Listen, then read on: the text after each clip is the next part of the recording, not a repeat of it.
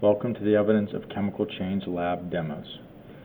In this video, we're going to walk through the chemical reactions that are part of the process and the procedures of the Evidence of Chemical Change Lab. We will be looking for the signs of a chemical change. We will be looking at the reactions that accompany each change, and we'll also be employing some classification of matter and some logical thinking and justifications as we wrap up the lab with an assignment.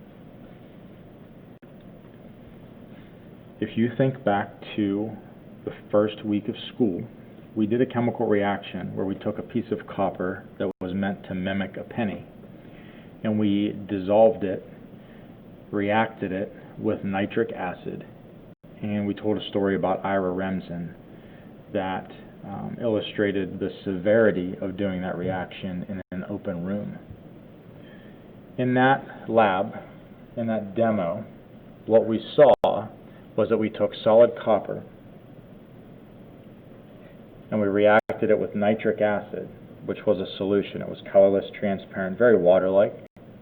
And those two substances reacted and gave us copper 2 nitrate, which was a solution, nitric oxide gas, and also produced some water.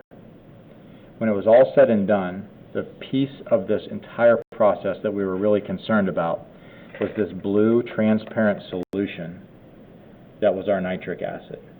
We had solid copper. The solid copper seemed to disappear, but in reality, the copper became part of the solution.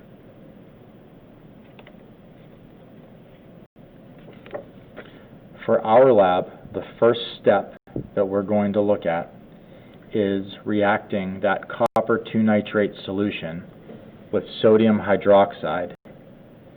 Copper 2 nitrate is CuNO3 in parentheses 2. That whole set of letters and subscripts is one substance.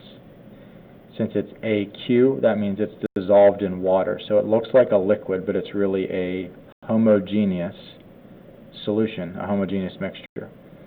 Sodium hydroxide is also aqueous. It's colorless and transparent. When we mix these together, we're going to produce copper 2 hydroxide, which happens to be a solid, and sodium nitrate, which will stay in solution the rest of the time.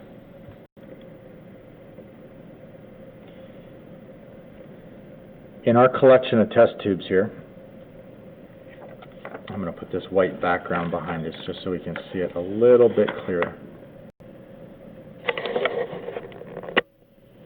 In our collection of test tubes here, this far left test tube is our blue transparent copper 2 nitrate solution.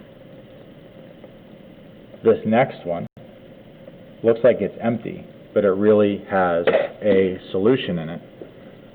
The second one to the left, this is our sodium hydroxide solution. And what we're going to do is we're going to take a little bit of each of those solutions. We're going to take a little bit of each solution and put them in the third test tube.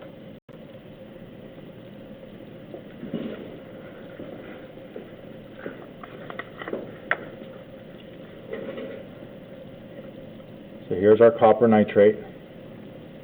We'll put a couple pipettes full of copper nitrate in there. Actually, we'll just pour a little bit in. Okay. And we're going to take a little bit of our sodium hydroxide, and we'll pour a little bit of that in as well. Now, at this point, you want to be watching for one of your signs or more, one or more of your signs of a chemical change.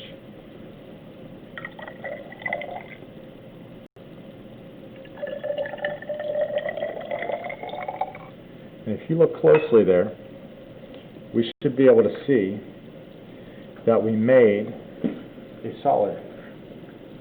We took two liquids, mixed them together, two liquid mixtures, and we made a solid product. And if we let this sit for a while, what's going to end up happening is it's going to fall out towards the bottom, and we're going to end up with this third or fourth test tube.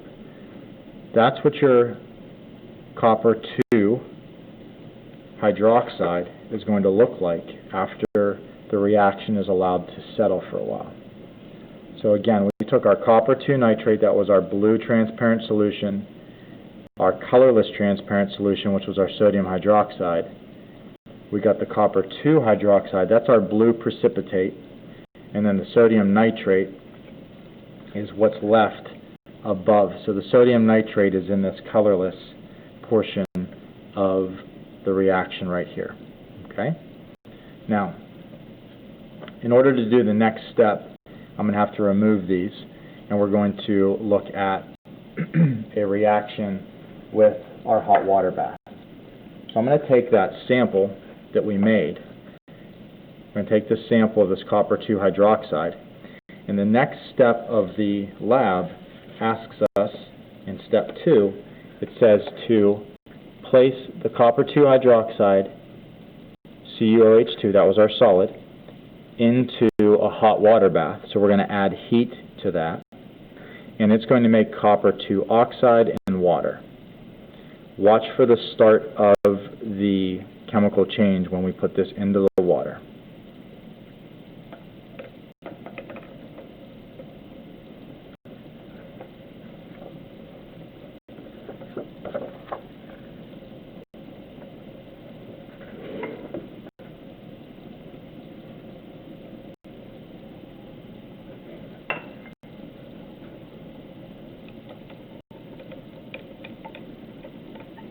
Once the sample heats up, we should start to see the evidence of our chemical change. I'm just stirring it to give it a better distribution of exposure to the hot water. Okay, it's starting to happen now. So if we watch our test tube, if you look closely,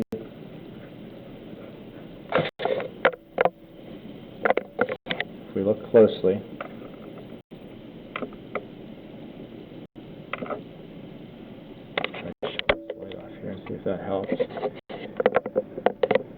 We should be starting to see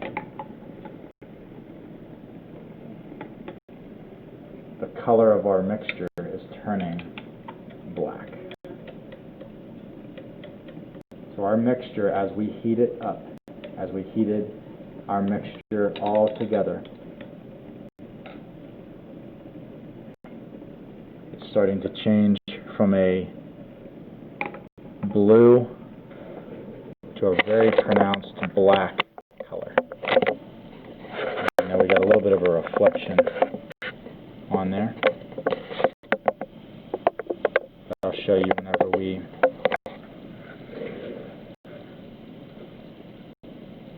almost done.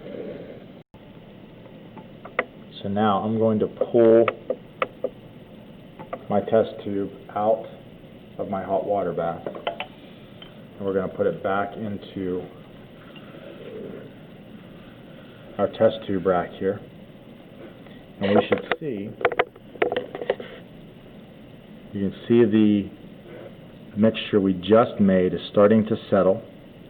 You can see the sample that we just heated is starting to separate, and all of our black, now the precipitate has turned black. Our black precipitate has fallen to the bottom. That is our copper 2 oxide. So the copper was in the nitrate solution. It became part of our copper 2 hydroxide solution here.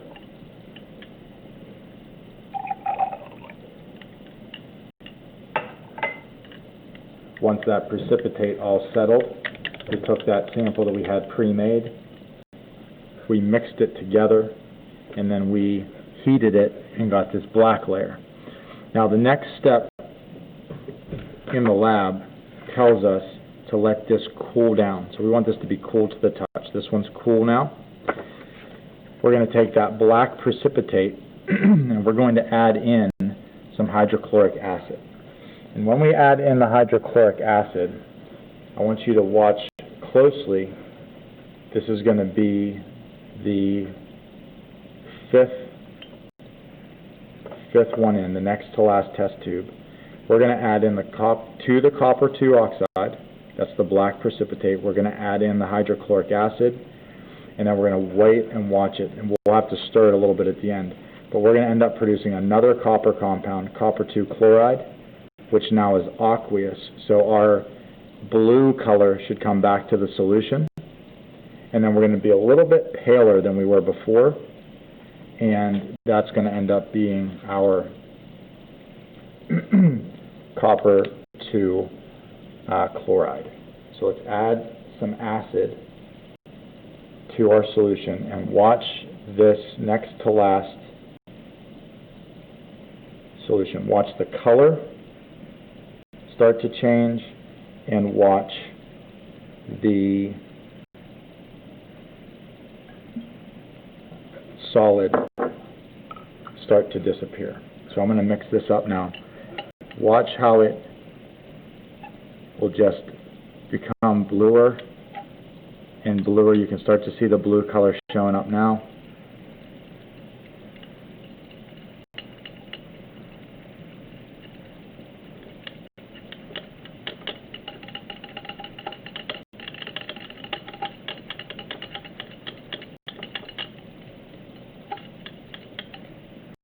And you can see at that point right there, voila, all of your black solid is gone. And from the black solid, if we feel this, if we hold on to this, it's really not hot yet, okay? There's really no big temperature change. Now, this sample that we just made, if we take a piece of aluminum wire, this is the last step of the reaction. So we took our copper nitrate, so our copper started in this blue solution. We combined it with this colorless transparent solution to make this precipitate, which was copper 2 hydroxide. We then heated that, and the copper became part of the black precipitate at the bottom of this test tube. That reaction gives off a lot of absorbs a lot of energy from the boiling water on the hot plate. We then added hydrochloric acid and stirred, and that dissolved the precipitate and put the copper back in the solution. And the way we know the copper is back in our solution is that color. Look over here. Copper color, copper color, copper color. I know you think of copper as being that reddish brown solid, but a telltale sign that copper is in a solution is when you have that sky blue color. Now, we're going to take our last reaction, and this reaction asks us in step 4 to place some aluminum, which here's our aluminum wire. You can see it is very polished, very shiny, aluminum, silver in color. We're going to place that aluminum in the copper 2 chloride solution. Now, 2 reactions are going to happen simultaneously. The primary one we're concerned about is the copper 2 chloride is going to react with the aluminum to make copper by itself. That's going to be solid copper should show up, and the aluminum chloride that's going to be in the solution. Now, from that point, you're going to have the extra hydrochloric acid. Remember, we put hydrochloric acid in the previous step. Any leftover hydrochloric acid is going to react with the aluminum to make aluminum chloride and hydrogen gas. So let's take a look at what happens. Look closely at this last, let's look at the last flask. Yeah, we'll use the one we just made. Let's put this in here, and let's watch for the signs of a chemical change that start to occur.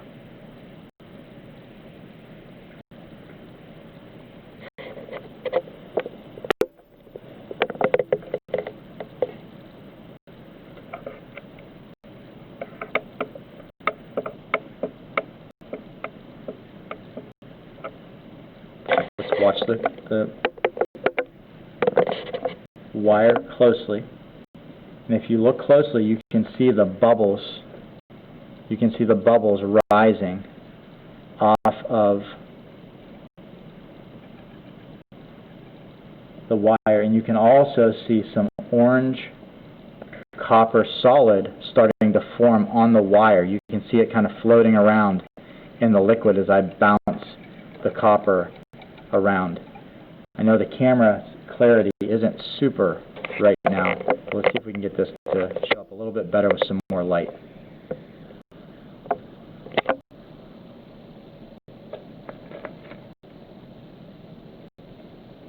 You see the copper starting to form. So all along the wire, we get this reddish orange coating while it's bubbling. And then the other thing I want you to notice is I want you to watch the color of your solution. So I'm going to pause this and kind of do a little bit of a time lapse. So at this point you can see the bubbling has intensified, and you can see the amount of copper produced on the bottom has increased. Again, you can see a lightening of the blue color and an increased amount of the copper forming on the wire itself. Here's a closer look at the wire outside. You can see all the reddish copper solid on the outside. When I put it in here, if I just twist it a little bit, you can see all those copper pieces that just fell out off of our wire there. Okay, and to wrap up this part of the lab, you can see the difference. When we started the reaction, our copper chloride solution, the CuCl2 solution, was this pale blue color. It definitely wasn't as intense as we started with over on the far side here. Definitely not the same intensity as the far left, but it still had a notable sky blue color to it.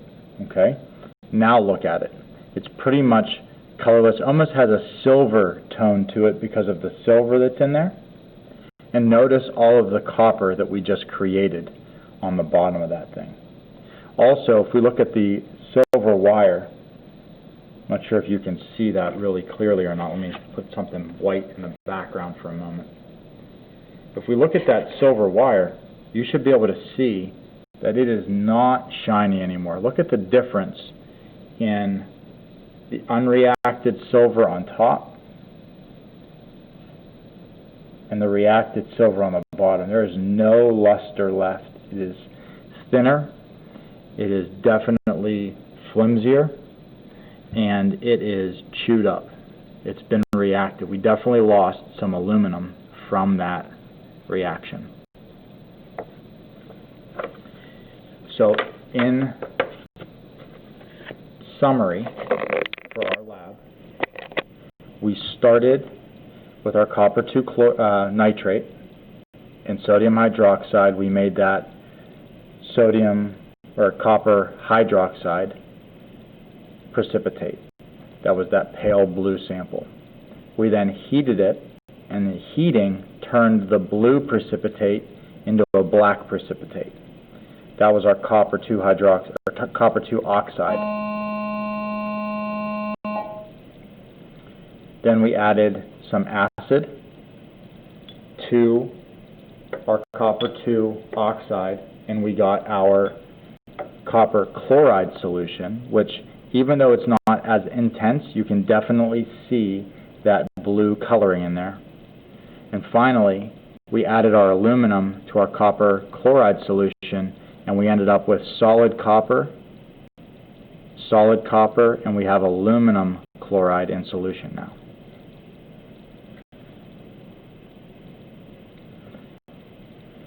As you're working through the lab, please feel free to reference back, look at all of the reactions, record your observations, and make sure that you finish and submit the wrap-up activity.